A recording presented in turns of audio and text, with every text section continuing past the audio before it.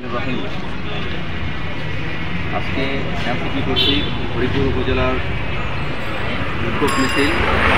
এই বিক্ষোভ মিছিলটি হাসনাত আবদুল্লাহ আমাদের বাংলাদেশের একটি প্রতিবাদী কণ্ঠ। ঠিক এই প্রতিবাদী কণ্ঠ উপরে যারাই আক্রমণ করেছে তাদের বিচারের দাবিতে আজকে আমরা সম্মিলিত করেছি। বাংলা মায়ের সন্তান আমরা ভীত সন্ত্রস্ত নয়। প্রত্যেকবার প্রত্যেকটি হামলার আমরা জবাব দিতে সোচ্চার থাকবো ইনশাআল্লাহ। যেই বাংলাদেশ স্বাধীন করতে বাঙালি জাতি একসময় যা রয়েছিল তা নিয়েই মাঠে নেমে পড়েছিল। আমরা সবাই তার সাক্ষী। এই ইতিহাস থেকে আমরা এই সাক্ষী হয়েছিলাম।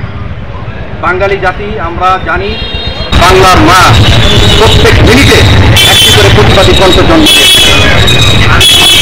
আপনারা কয়টি প্রতিবাদী কণ্ঠকে রুখে দেওয়ার জন্য আপনাদের সন্ত্রাসী বাহিনী প্রয়োগ করবেন, সন্ত্রাসী বাহিনী আগ্রাসন প্রয়োগ করবেন?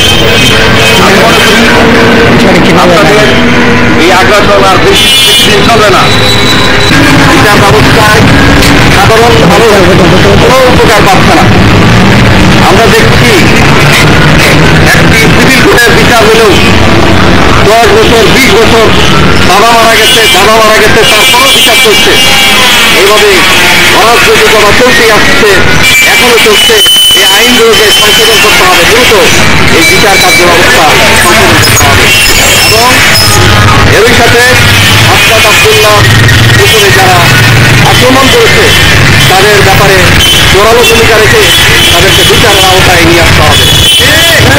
এই দাবি রেখে আমি আমার বক্তব্য এখানে সংযুক্ত করছি। আবারও দেখা হবে কোনো প্রোগ্রামে। সে পর্যন্ত আল্লাহ হাফেজ।